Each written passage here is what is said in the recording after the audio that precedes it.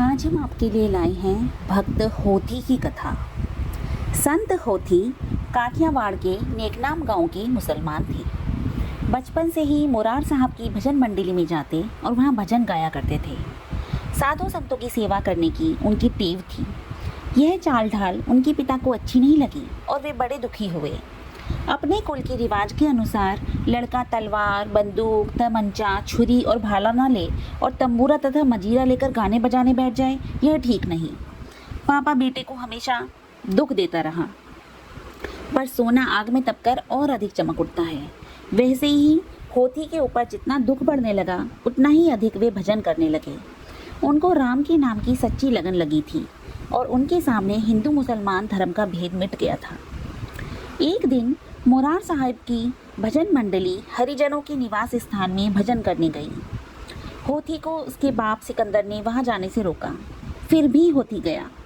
बड़ी रात को भजन समाप्त हुआ, मंडली बिखर गई। रास्ते जाते लोग होथी की प्रशंसा कर रहे थे। वाह, कैसा होथी का प्रेम है, कैसी प्रेम भरी मस्ती से होथी ने भजन गाया है। यह प्रशंसा सुनकर होथी के पिता के दिल पर बड़ी चोट लगी और इसकी अपेक्षा उसने अपना मर जाना ही अच्छा समझा। दूसरे दिन जब होथी भजन मंडली में जाने लगा, तब पिता ने अफीम घोलकर पुत्र से कहा, बेटा अफीम तैयार है, इसे या तो तू पी जा, नहीं तो मैं पी लूँ, पर यह बदनामी मुसलमान की जाति में अब बर्दाश्त नहीं होती। भक्त पुत्र ने नम्रता से जवाब दिया, पिताजी आप क्यों पिएंगे, यह तो मुझे पीना चाहिए।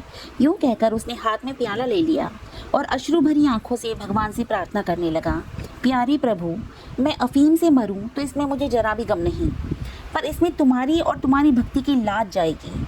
ऐसे ही समय में तुमने मीरा के विष के प्याले को अमृत बना दिया था। द्रौपदी की लाज जाते समय तुमने चीर बढ़ा दिया था। प्रभु, मेरी भक्ति यदि सच्ची हो तो मेरी लाज रखना। यूं कहकर भक्त होथी अफीम पी गए और कोठरी बंद करके कंबल ओढ़कर सो गए। बाप ने बाहर से ताला लगा दिया। सुनते हैं उसी रात को जब हरिजन बस्ती में भजन शुरू हुआ और वहां से लौटे हुए श्रोताओं के मुंह से सिकंदर ने होथी के भजन की प्रशंसा सुनी, तब चकित होकर वह हरिजन बस्ती में गया। वहां क्या देखता है कि होथी प्रेम मग्न होकर भजन गा रहा है। वहां से लौटकर उसने कोठरी में होथी को सोए हुए देखा। इससे उसके अचरज का ठिकाना ना रहा। उसे बड़ा पश्चाताप हुआ और वह पुत्र के पैरों में जा गिरा। फिर पिता ने उसे हिंदुओं में भजन गाने की छूट दे दी। होथी महान भक्त हुए और दास होथी के नाम से अनेकों भजन बनाए।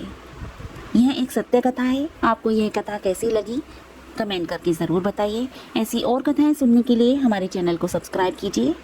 धन्यवाद।